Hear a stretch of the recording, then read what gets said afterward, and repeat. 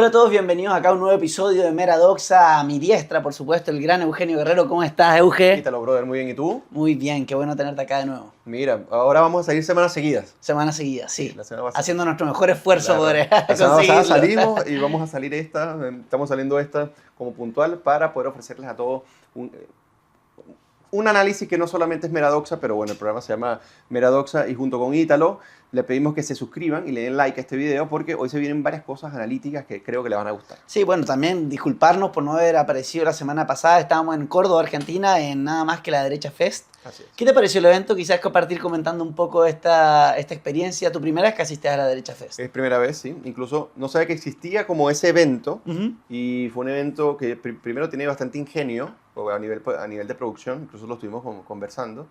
Un evento a nivel de narrativa y mensajes potentes, y me llamó mucho la atención la conferencia. O sea, hubo varias, pero la de Agustín Laje me pareció la más potente, que fue la penúltima. Obviamente la del presidente Milei, que con esa Con el cierra, presidente Javier Milei ahí. siempre es la mayor, pero la Agustín Laje que relacionó en este caso al progresismo con la envidia, que son asuntos que ya han venido realizando otros académicos. Helmut Schweck, que es un sociólogo alemán, y también tienes a Guillermo Rodríguez, que él escribió un libro que se llama Libres de envidia, la legitimación de la envidia como axioma moral del socialismo. Ah, mira. Lo publican por una editorial y él es uno de mis maestros, él es un académico venezolano.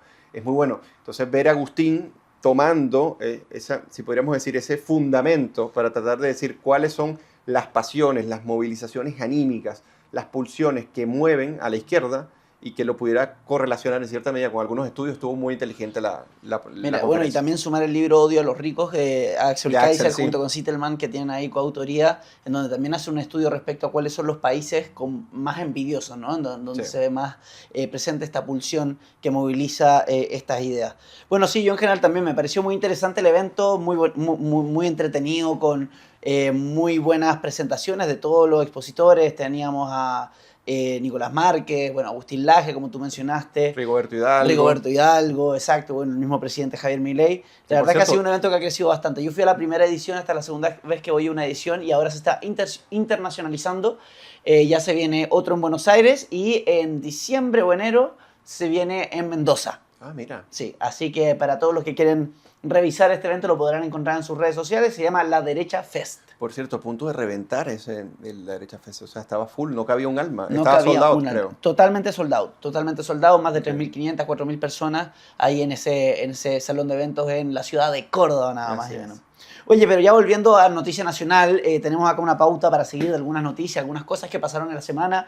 Quería partir con el caso de la periodista Urrejola, si nos quieres contar un poco este encontrón o este desencuentro que tuvo con la candidata Janet Jara. Sí, no, el que tuvo el desencuentro es Marcelo, Castro, sí, sí. Marcelo Castro, el periodista de Sabes, que a mí, yo creo que es un punto que tenemos que tocar, Ítalo, porque nosotros en este programa ya hemos abordado, creo que en un par de oportunidades, una crítica al periodismo.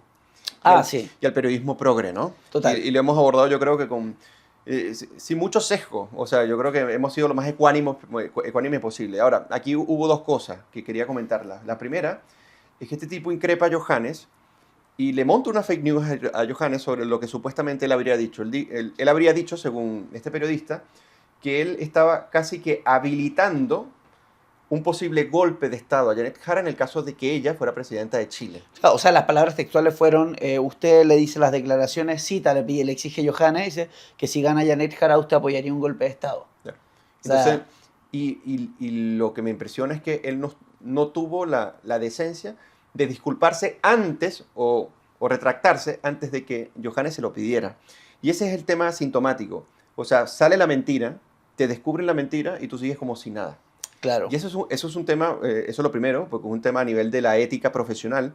Y lo segundo, que te increpan para que aceptes el error y que te retractes, y con todo ello casi que lo llevó a las últimas consecuencias para no hacerlo. Sí. Incluso la entrevista, si más no me equivoco, continúa porque logró retractarse a medias. Pero llega un momento que la mentira, dentro del periodismo progre, se va haciendo como la condición sine qua non para que el discurso sea posible. O sea, Sí. sin mentira no hay discurso, básicamente. Sí, fíjate, mira, yo hay una cosita que discrepo con respecto al caso de este periodista. Yo creo que se equivocó genuinamente. ¿Ah? De verdad, yo creo que sí se equivocó. Ahora, lo llamativo, y que es la segunda parte de esto, ¿cierto? De estos periodistas que se encargan de mentir sistemáticamente y no asumir ninguna consecuencia al respecto, es que también hay un paradigma sobre el cual se construye la profesión en nuestro país, que para él no le sonaba extraño decir lo que dijo, incluso si dudó un poco, ¿me entiendes? Como que él dudó, yo creo que se equivocó, pero aún así dijo, bueno, no es extraño porque esto es lo que realmente piensa Johannes. Yo creo que eso es lo que ellos piensan en su cabeza. No, o sea, yo te puedo comprar el primer punto, porque tú te puedes equivocar genuinamente. El gran problema es que no aceptes que sabiendo que es una mentira, Bueno, sí. no te retractes. Ese es el tema sintomático que más me llama la atención porque de equivocaciones podemos tener todos. Pero se retractó al final también. Pero después de que Johannes básicamente le hizo una persecución porque después, discursiva. claro, porque lo insistió y él dijo, no, bueno, no, insistió en su punto porque él estaba convencido de que lo que él dijo era creíble y después al final del programa le dice, bueno, sí, ahí me informan que efectivamente eso no fueron las declaraciones, así que pido las disculpas, bueno. Pero por eso te digo, la insistencia con un punto sobre el cual no estaba seguro, porque él perfectamente puede haber dicho, bueno, no estoy seguro, vamos a verificar. Exactamente. Sin embargo, en la visión de estos periodistas, que es la manera como ven el mundo, cómo lo interpretan, cómo interpretan la noticia y cómo la plantean eventualmente para que la gente la lea, ¿cierto? Y se informe. Sí. Para él no era extraño que un candidato como Johannes Kaiser amenazara con un golpe de Estado en caso de que Janet Jara ganase. Como si estuviesen constituidos para eso. Exactamente, ¿me entiendes? Es la predisposición que tienen. Y ahí el periodismo es imposible. Yo vengo de la carrera del periodismo y uno de los grandes factores, mira, que te enseñan, por ejemplo, en el género de la entrevista, en este caso, es que tú, primero, tienes que estar dispuesto a sacarte los prejuicios. Eso es difícil igual, sí, es claro. difícil porque no existe neutralidad, yo creo que en nada, sobre todo cuando se trata de academia. Es difícil estar desprovistos de sesgo, pero... Yo creo que se puede sacar uno los prejuicios, pero lamentablemente hay ciertas cosas que uno conoce o que da por verdaderas que no... Claro, lo que pasa independiente del prejuicio. Lo que pasa es que tendrías que hacer un análisis filosófico muy pormenorizado para poder desprenderte de ellos. Yo me refiero desde el área del periodismo o del área de la historia. Claro. ¿Ya? Es más difícil si tú no tienes un análisis primero de cómo los juicios pueden constituir ciertas narrativas y cómo tú a la vez no estás imbuido en ella para darte cuenta y no lanzarte en tendencias que podrían tergiversar la realidad por un lado o por otro lado no contar la historia como corresponde, contar la historia a medias. El tema es que en el ejercicio del periodismo, en el factor de la entrevista, tú tienes que estar dispuesto en cierta medida a empatizar con el que entrevista, porque el que entrevistas no es tu aliado y tú estás allí para interpelar ciertas cosas, pero por otro lado tienes que darle cierto rango de credibilidad. ¿Por qué? Porque si la entrevista no se plantea en el beneficio de la duda, es imposible que la entrevista se haga de manera ecuánime. Claro, y aquí no pasó eso con respecto a ese punto. Sí. Y a mí lo que me impresionó, en este caso de Johannes, es que lo increpó hasta que, en cierta medida, asumiera que estaba cometiendo un error. Claro. ¿Me entiendes? Y con esto cierro. Igual es raro, Ítalo, de que un periodista increpe a otro equivocándose genuinamente, pero que no hayas investigado antes cuál fue la declaración. No, o sea... Eso ya es lo peor. Nivel del periodismo. Claro, esa ya es la segunda parte que dice, bueno, claro. ¿qué vamos a hacer si Nicolás Grau es ministro de Economía? ¿Qué le queda al resto, no? Claro, sí. Pero sí, no, totalmente de acuerdo en ese punto. Bueno, y que es algo parecido también lo que pasa con Urrejola, ¿no? En esta entrevista que más que un error es el no saber lidiar con la respuesta del entrevistado porque te descoloca debido a que tú no puedes sobreponerte a una visión que tienes respecto a la misma, ¿no? No sé si, bueno, tú puedes también ahondar un poco más en lo que fue el caso de Urrejola con... Lo que pasa es que básicamente le estaba intentando vincular a Janet Jara, gran sorpresa, con el Partido Comunista. Claro. Es militante a los 14 años, ¿ya? Entonces, el tema es que le pregunta sobre las ideas del Partido Comunista con base en su campaña y ella dice, bueno, ¿las ideas del Partido Comunista o mis ideas? Claro. Entonces Janet Jara lo que trata es de desvincular de manera, creo que yo, hábil, que las ideas que componen el propósito y la estrategia de su campaña a su vez no estarían vinculadas a lo que ella ha militado toda su vida. Eso por un lado. Y segundo, que las discrepancias internas de ella con el Partido Comunista serían tan relevantes para ser distinta su propuesta de campaña, por un lado, y que por otro lado ella sí mismo pudiera haber estado militando con éxito dentro del Partido Comunista de los 14 años. O sea, lo que trato de decir es que cuando tú discrepas dentro del Partido Comunista a ese nivel para hacerte distinto a una campaña política, no te hace ni siquiera permanecer en el Partido Comunista, te echan. ¿Me entiendes? Entonces, cuando ella dice que es más importante las diferencias y que ella tiene ideas propias que no son las ideas del partido, que es el partido donde milita y que es el partido que le ha permitido llegar a altos cargos beneficiadas. ¿La estará asesorando Carlos Peña? ¿Ah? Porque parece, es como el mismo discurso. No sé si es Carlos Peña o Janet Jara la que está hablando, ¿no? Sí, eso es muy importante. Lo que exactamente el mismo argumento. Porque Carlos Peña, por cierto, la defendió. O sea, yo no sé si tú viste las declaraciones de Daniel Jadwe. Jadwe dice que en términos marxistas, según una columna que publica Carlos Peña, una cárcel no está hecha para castigar a los delincuentes o a los criminales, sino que estaría allí como una especie de estructura de clase que lo que hace es disciplinar a la gente, en lenguaje más Foucault que otra cosa, más que Marx, para que esa lógica proletaria sea la que permanezca con la burguesía por sobre ella. Básicamente sería más o menos lo que diría Daniel Jadwe. Y Peña dice, bueno, esto es un simplismo del marxismo que hace Daniel Jadwe. Marx no diría eso, o de la lógica no se derivaría, yo estoy en desacuerdo con eso, pero además esto lo que hace es manchar la campaña de Janet Jara, que no podría estar vinculado a esto, como si ellos no militaran en el mismo partido, claro, como si ella no suscribiera... como si no fueran amigos, que no se conocen de toda la vida. No, pero y además forman parte de una misma estructura política, de un mismo partido que defiende a dictaduras totalitarias que violan sistemáticamente los derechos humanos. O sea, no estamos hablando de algo simple. Y Carlos Peña dice, bueno, la derecha debería estar celebrando, me imagino que debe estar celebrando, y casi que con lástima, porque, bueno, la candidatura de Janet Jara sí se podría desvincular. Y lo que pasó con Urrejola en CNN es que cuando le pregunta eso, y ella le responde de esta forma, no fue capaz de increparla. O sea, es absurdo, Ítalo, que tú me digas que tus diferencias internas en el partido son tan relevantes que te han hecho incluso estar dentro del partido por tantos años y a su vez tener una campaña independiente de lo que piensa el partido. No, sí. ¿Dónde hay lógica allí? Bueno, para Carlos Peña hay mucha lógica, porque claro, naturalmente, como él dice, pero ocurre que, como lo sabe cualquier persona culta que no esté dispuesta a divulgar simplezas y decir tonterías, así que bueno, claro, lamentablemente yo estoy en la otra categoría de Carlos Peña, soy una persona inculta, claro, sí, oculta, dispuesta a divulgar meradoxa, simplezas y decir tonterías, ¿no? Meradoxa, diríamos, ante el ojo de Peña, y que además se condice con una... esta es la segunda, ¿cierto? Esto ya una columna propiamente tal, pero con la entrevista que habíamos analizado en el programa anterior, ¿no es cierto? En que empieza... Bueno, el anterior fue, me parece. Hace unos programas. Hace 2 programas, exactamente. Hace 2 programas.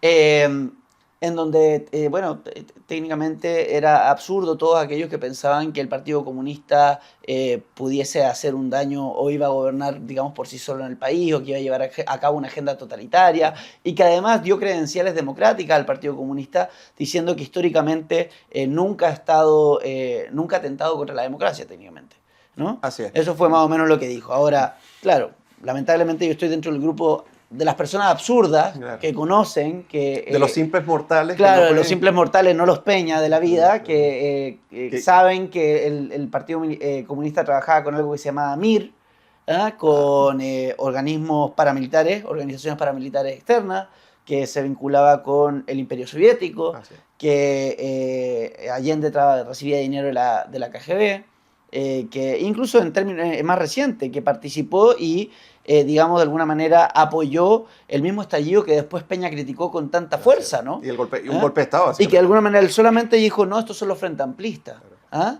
¿Y por qué no hablar del caso de Ronald Ojeda? Yo también me acuerdo de un Boris Barrera celebrando el asesinato, diputado del Partido Comunista, de Ronald Ojeda, diciendo que se trataba de alguien que había intentado un magnicidio en contra del presidente Maduro.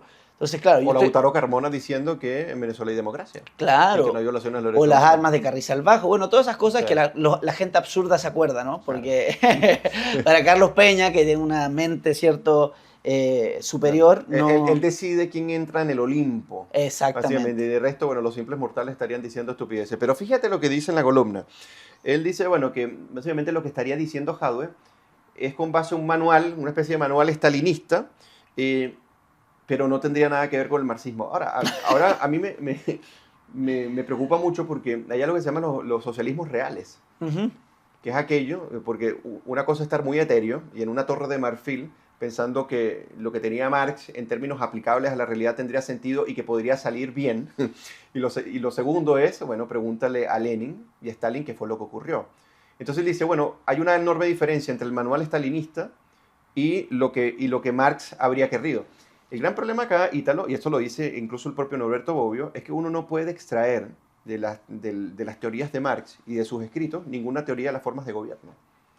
Pues tú tienes un diagnóstico sociológico, económico y político de la sociedad burguesa y cuál sería su fatal desenlace, pero tú no tienes una especie de estructura gubernamental o forma de gobierno más allá de lo que te diga la simpleza del manifiesto comunista. Entonces que él desligue, en este caso, lo que diría un manual estalinista, que se derivaría en cierta medida de lo que Marx dice a la hora de la dictadura del proletariado, por ejemplo, y él diga, bueno, esto no se puede comparar ni con los comunistas, ni con Marx, y tampoco con Jara. Y eso es preocupante, porque si tú no eres capaz de ver con algo de realismo cómo es aplicable un conjunto de ideas a la realidad y cómo le ha ido a países como Corea del Norte, como Cuba, como Venezuela, o como fue la Unión Soviética y parte de la Europa del Este, entonces yo creo que él no entra en el Olimpo que él dice estar para catalogar a las otras personas de tonto. Yo creo que sería al revés. Bueno, que además ese Olimpo solamente existe en Chile para él, porque es bastante acotado su Olimpo intelectual. Pero independiente de eso, a mí me parece que estamos viendo el caso de una persona que tiene tantos compromisos con la izquierda y a su público y a sus lectores, y tal vez guarda mucha rabia o resentimiento en contra de la derecha en general, Sí. que está dispuesto a comprometer su capital intelectual local por no permitir que avance una agenda de derecha o que gane un candidato digamos, del estilo que tiene José Antonio Caz o Johannes Kaiser. Ese es el reclamo. Ese es el reclamo. O Él sea, no puede aceptar eso. sí. Y está dispuesto a incluso escribir columnas que yo creo que él sabe que son mentiras. Yo creo que él sabe que son mentiras. Yo no creo que Carlos Peña sea una persona tonta. Una persona sin carácter, sí, definitivamente. Una persona que se debe a sus escritores, sí. Manejada por los prejuicios, Por los prejuicios, sin ninguna duda, Sí. ¿no? Pero víctima de sus pasiones, como la mayoría de las personas, pero muy marcadamente. Claro. Pero yo no creo que él sea tonto. Claro, porque igual escribir lo que hizo en DF con la entrevista y esta columna sí ya me parece como mucho, Le está dedicando tiempo a esto. claro, y dedicando a tratar de excusarla. ¿Le da más miedo que salga un José Antonio Cast o un Claro. Johannes Kaiser, porque su candidata era Matei, a que salga una Janet Jara? Y eso forma parte también de la elite. No sé si te diste cuenta que Sí. invitaron a un debate a ciertos candidatos, pero todos menos a Johannes Kaiser. Que es el único con programa económico encima. Claro. ¿Ah? Que un programa económico que primero quiere reducir el impuesto corporativo de 27% a 15%. A 15.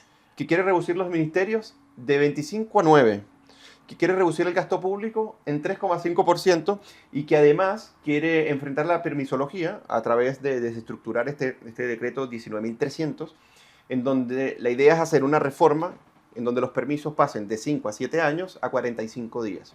Entonces, claro, si tú tienes un candidato que en cierta medida va a promover incluso mayor competencia dentro del mercado y que pueda afectar ciertos intereses, entonces ¿para qué invitarlo? Claro. Porque ahora va a haber un debate en donde va a participar, esta semana posiblemente, pero da mala impresión que no lo hayan invitado. Que no lo hayan Y invitado además a no este sé programa. si viste el debate, pero los candidatos de derecha, por lo menos, todos les están copiando las propuestas al programa de Johannes. Así es. Se los están copiando. Incluso ya, Evelyn Matei, que inicialmente decía que quería reducir el gasto público en ¿cuánto era? ¿6.000?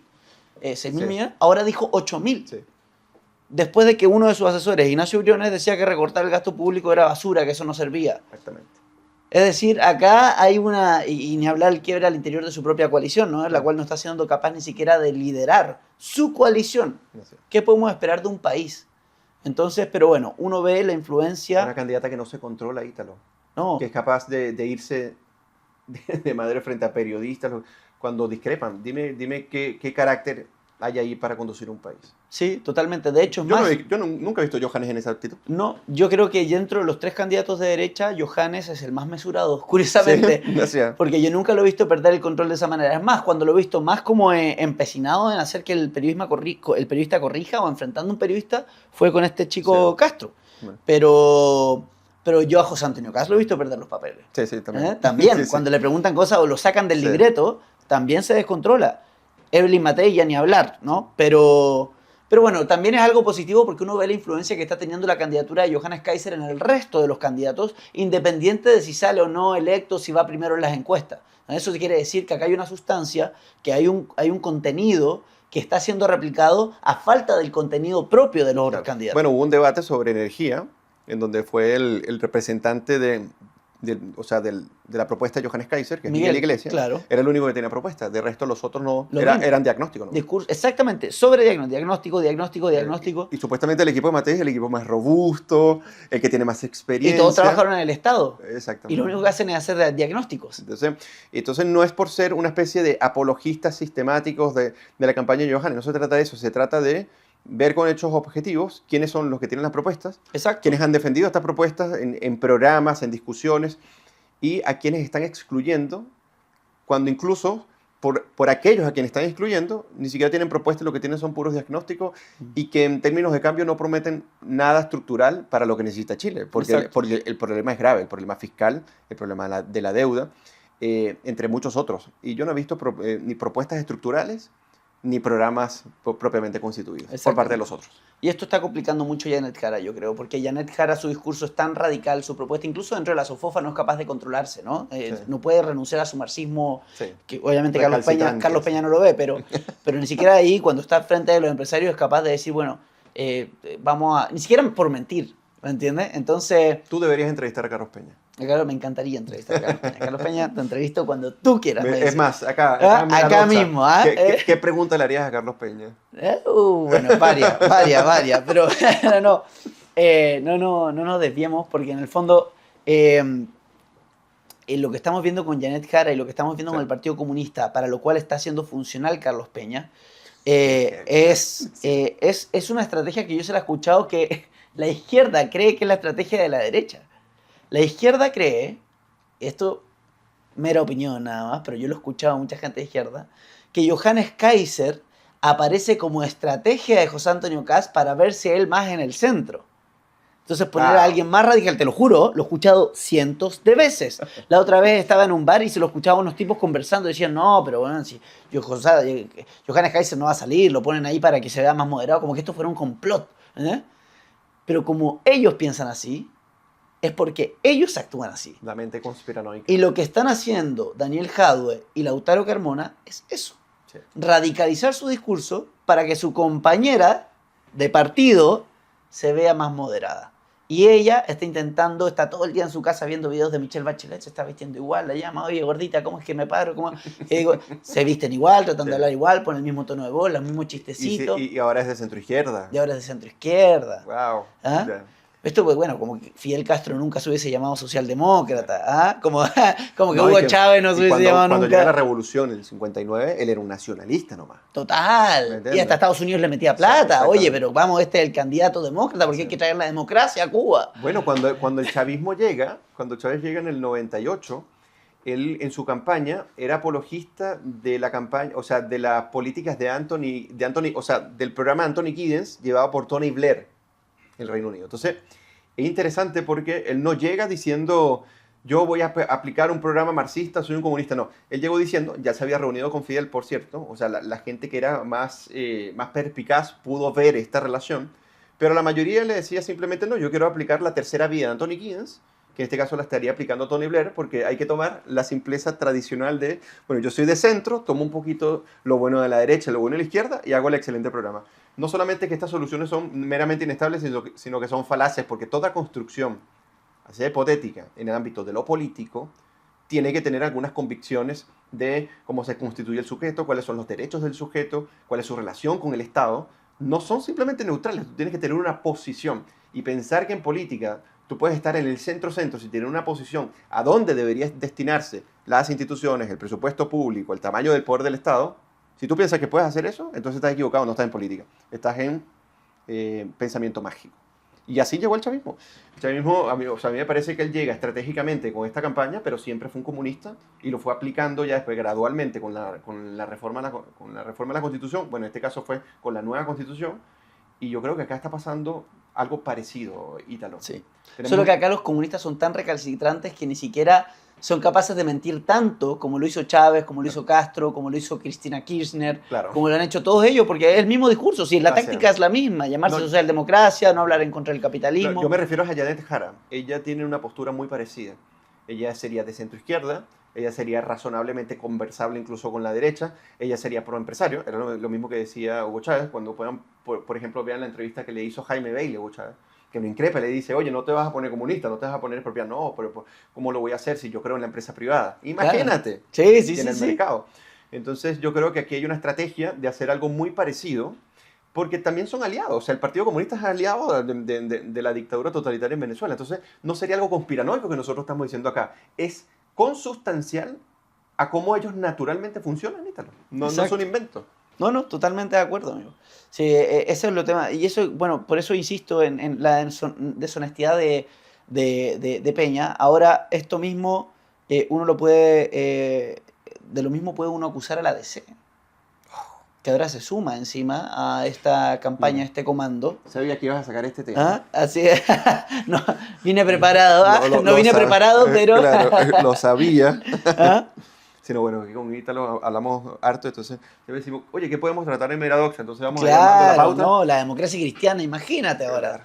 Mira, este libro que es el que voy a recomendar hoy, aprovecho y me adelanto, se llama, imagínese usted, es de Patricio Elwin Azócar, la experiencia política de la Unidad Popular, ¿no? Fíjense que él cuando describe qué era la democracia cristiana por ahí en los años del 67 al 70, mira lo que describía, cuál era el programa de la democracia cristiana y cuáles eran las fuerzas internas revolucionarias que al albor de lo que iba a ser la campaña del 70 iban desarrollando la democracia cristiana. Mira esto lo dice el expresidente Patricio Elwin, no lo estoy diciendo yo. Dice, en materia económica, junto con profundizar las críticas a la política del gobierno, propiciaba una planificación económica democrática para avanzar por una vía no capitalista de desarrollo, destinada a implementar un sistema económico social comunitario que sustituyera al régimen capitalista mediante la profundización del proceso de reforma agraria, la eliminación del latifundio, el sometimiento de la empresa privada al poder popular, el control estatal sobre el poder económico, buscando la abstención del desarrollo económico hacia la construcción de una nueva sociedad de trabajadores, solidaria, democrática y popular. Y en lo político, escuchen bien, esto es lo que en su momento estaba dentro del imaginario de la democracia cristiana, decía, en lo político a prepararse al enfrentamiento activo con la derecha. En lo interno proponía lograr que el gobierno trabajase más con el partido a través de una acción concertada y se convirtiera en un instrumento capaz de constituirse en la vanguardia de la revolución chilena. Eso lo dice Patricio, citando obviamente el programa que en este caso se quería llevar a cabo. Entonces cuando se preguntan, oye, ¿cómo que la democracia cristiana se suma al Partido Comunista para apoyarlo? Bueno, o sea, yo entiendo que en su momento, históricamente, incluso esto Timothy Scully lo ha defendido así, la democracia cristiana nace como un partido de centro y es donde ha pivotado básicamente el centro político, ¿ya? Pero tuvo su carácter revolucionario en un aspecto muy importante en la historia de Chile y ellos simplemente se están acercando, creo yo, a estos elementos que fueron bastante importantes hacia los 70, hacia finales de los 60. Entonces, acá está.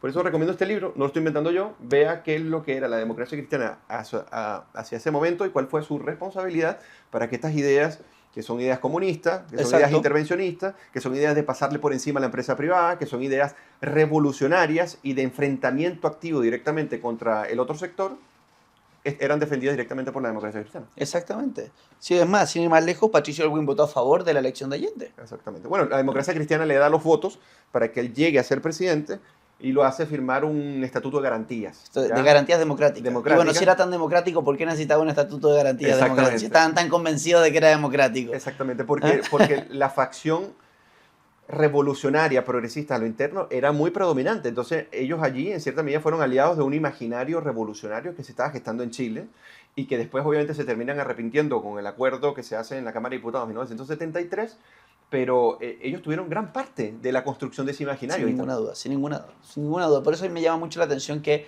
dentro de la visión popular de lo que es la derecha, el electorado derecha, es una frase muy típica que dicen, uy, no, la democracia cristiana no es ni fu ni fa. No, ni chicha ni limonada. Por favor. Por favor. Siempre han sido de izquierda. Sí, Siempre han sido de izquierda y no de centro izquierda. De izquierda. Sí. De izquierda y extrema izquierda. Porque el Mapu de dónde salió. Así es. Sí. La izquierda cristiana que también, ¿de dónde salió? Entonces, por favor, ¿hasta cuándo vamos a seguir repitiendo esas ingenuidades que nos siguen costando caro? Porque esa ingenuidad todavía se ve representada muchas veces o se manifiesta en el voto del electorado de derecha cuando toca elegir a un candidato. Porque dicen, bueno, no quiero ir con el que me parece más extremo, quiero ir con el que se acerquita un poco más al centro. Claro, y no se media razón alguna, no hay formación, no hay convicciones, no hay principios, no hay ideales. Sí. Así nos metieron a Piñera. Perdón, si Piñerita en la campaña iba donde la familia militar y decía, no, acá no vamos a cerrar nada, vamos a dar esto, vamos a liberarlo, pum, y después fue y cerró el penal Cordillera. Sí, o sea, fue él. Claro, no hubo mucha diferencia con la centroizquierda, compañero. Ninguna. Ninguna. O sea, es más, que Lagos en cuanto a reforma fue mucho más de derecha que Piñera. Claro, pero y además que, o sea, con Piñera tú le puedes rescatar que fue un gran gerente, pues sobre todo en el primer gobierno, pero gerenciaba un frame de centroizquierda, incluso... Sus impuestos. Sí. Lo otro que te iba a comentar es que, o sea, con respecto a la democracia cristiana, que esto normalmente ocurre, incluso en Venezuela, el Partido Social Cristiano era COPEI, ¿ya? Y Rafael Caldera, que fue 2 veces presidente, y él es el que libera a Chávez, él es el que lo saca de la cárcel, a este delincuente llamado Hugo Chávez, asesino criminal, ¿ya? Lo saca de la cárcel y él, cuando el Partido Social Cristiano no le quiso dar, o sea, para que fuera presidente, o sea, candidato presidencial, él se retira. Y lo primero que hace este social cristiano es que arma un partido que se llama Convergencia, que salió con el Partido Comunista. Antes de la llegada del chavismo, o sea, fue un periodo antes de la llegada del chavismo. Es el que libera el chavismo y luego ¿quién llega? Hugo Chávez. Yo estoy diciendo que hay una relación. Lo que trato de decir es que en el imaginario de izquierda revolucionaria dentro de los socialcristianos tenemos otro caso donde convergen. Entonces, no es tan extraño. A la gente le extraña mucho lo que tú dices. Entonces se ven sorprendidas. Pero uno lee un poco de historia y yo recordaba, porque este libro el año pasado lo leí, y yo dije, pero ¿dónde está la historia? O sea, ellos mismos lograron articular y fueron artífices de una narrativa revolucionaria en contra de la empresa privada y las libertades fundamentales de los seres humanos para imponer una revolución, en este caso, en vez de comunista, comunitaria. Claro, totalmente. Y que además no hay que olvidar también el caso de la reforma agraria, que ni siquiera empezó se empezó con Alessandri. Exactamente, sí.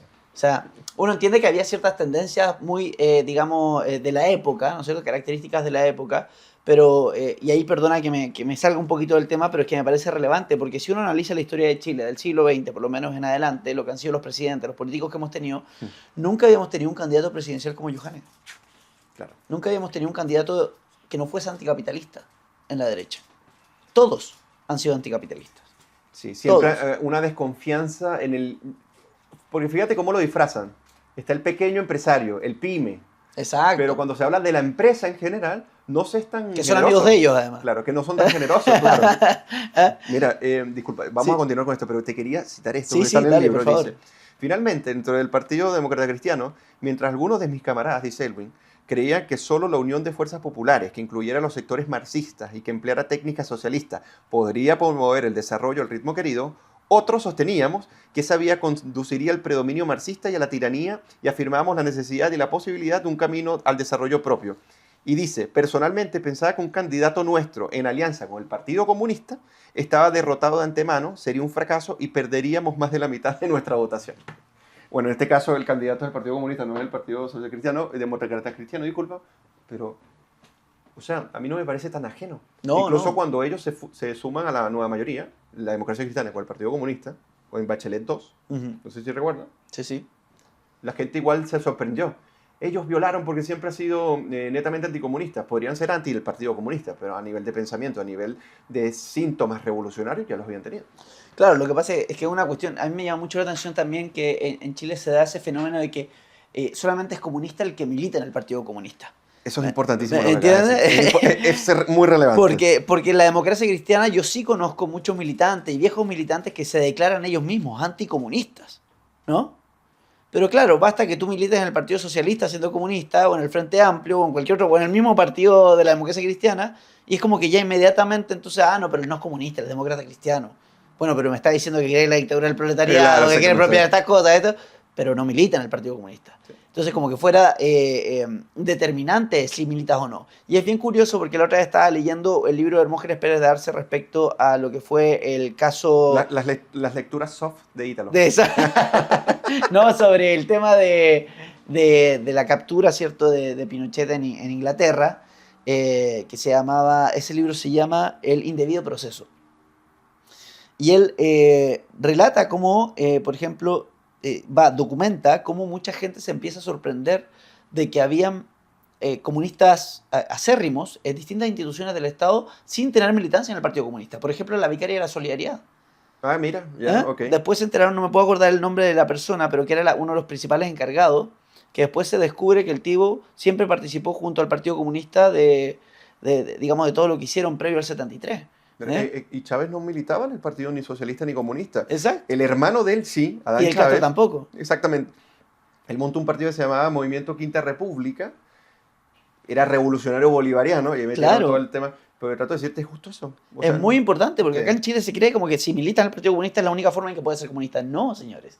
No es así. Tú puedes ser perfectamente alguien de ideales comunistas que tal vez no milita, o que milita en otro partido, o que actúa desde las instituciones. Así Pero es. si tus ideales son los mismos, eso es lo que define el comunismo. Así es. Es un juego de ideas, un conjunto de ideas. ¿Lo define a No través es- del partido? Sí. No es una militancia. Sí, ¿eh? sí. Uno puede ser libertario sin militar en el Partido Libertario, uno Así puede es. ser nacionalista sin militar en un partido nacionalista, pero, ¿me entiendes? Un juego de ideas es la manera como nosotros vemos el mundo, como lo entendemos y las políticas que apoyamos, y a los candidatos que Así es. apoyamos. Por eso es lo que te iba a decir, porque por un lado está la institución, o sea, no te hace falta militar en la institución, pero además tú puedes tener un público cautivo de esa idea, que necesariamente se liga con el partido, pero que espiritual o doctrinariamente son y siempre van a votar por el Partido Comunista.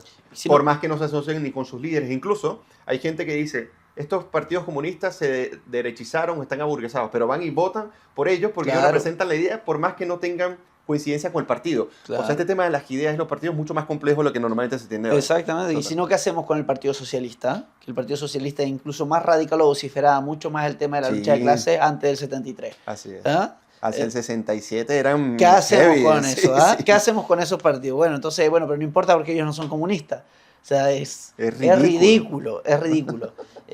Bueno, por eso, nada más que por eso precisamente es que Hayek termina dedicando camino de servidumbre a los socialistas de todos los partidos. Así ¿no? es. Oye, Eugenio, ya tocando este tema, quizás podemos pasar a la video reacción. Sí. ¿Te parece? Tenemos un video preparado para todos ustedes. Vamos a reaccionar a un artista muy famoso que quizás conozcan, con unas declaraciones bastante controversiales emitidas hace no mucho, un par de semanas, si mal no recuerdo. Bueno, veámoslo. Presidente Calle 13, exactamente.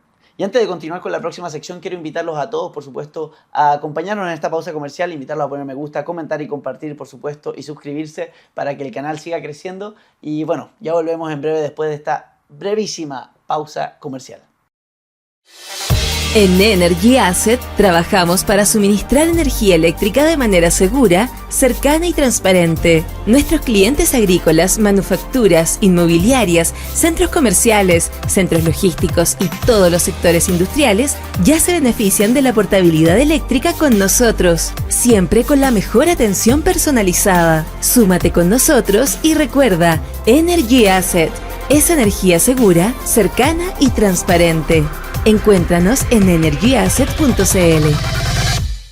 Bueno, como les dije, era brevísima esa pausa comercial y ya volvimos acá de nuevo con Meradox, acá junto con el gran Eugenio. Eugenio, tenemos el video preparado, ¿estás listo? Así es, sí, Ya, totalmente. vamos a verlo con ustedes. Gracias a mi hermano Gabriel, quien maneja mis redes sociales, hace unos días me enteré de algo de lo que ninguno de nosotros en nuestro equipo teníamos ni puta idea, porque pues no vivimos aquí en España. Entonces me di a la tarea de consultar con amigos periodistas e investigadores para asegurarme de que fuera cierto. Y es que 2 de los festivales en los que me presento, o me presentaba, en España, el Festival Internacional de Benicàssim, FIB, y el Morriña Festival, están vinculados con un fondo de inversión de Estados Unidos llamado KKR. ¿Y qué hace este fondo? Pues este fondo invierte y apoya económicamente a empresas de Israel relacionadas con tecnología militar, sistemas de vigilancia y hasta espionaje. Y también financia proyectos inmobiliarios en asentamientos ilegales en territorios palestinos ocupados, contribuyendo de esta manera indirectamente al genocidio y a la violación sistemática de derechos humanos contra el pueblo palestino. Por eso, quiero decir públicamente que no puedo participar ni un solo segundo en algo que esté relacionado con esta tragedia, aunque sea de la manera más mínima, con todo el respeto del mundo y pidiendo sinceras disculpas a cada persona que compró boletos para verme. Les anuncio que oficialmente no voy a participar en estos festivales y pues no sé si esto me traerá consecuencias legales,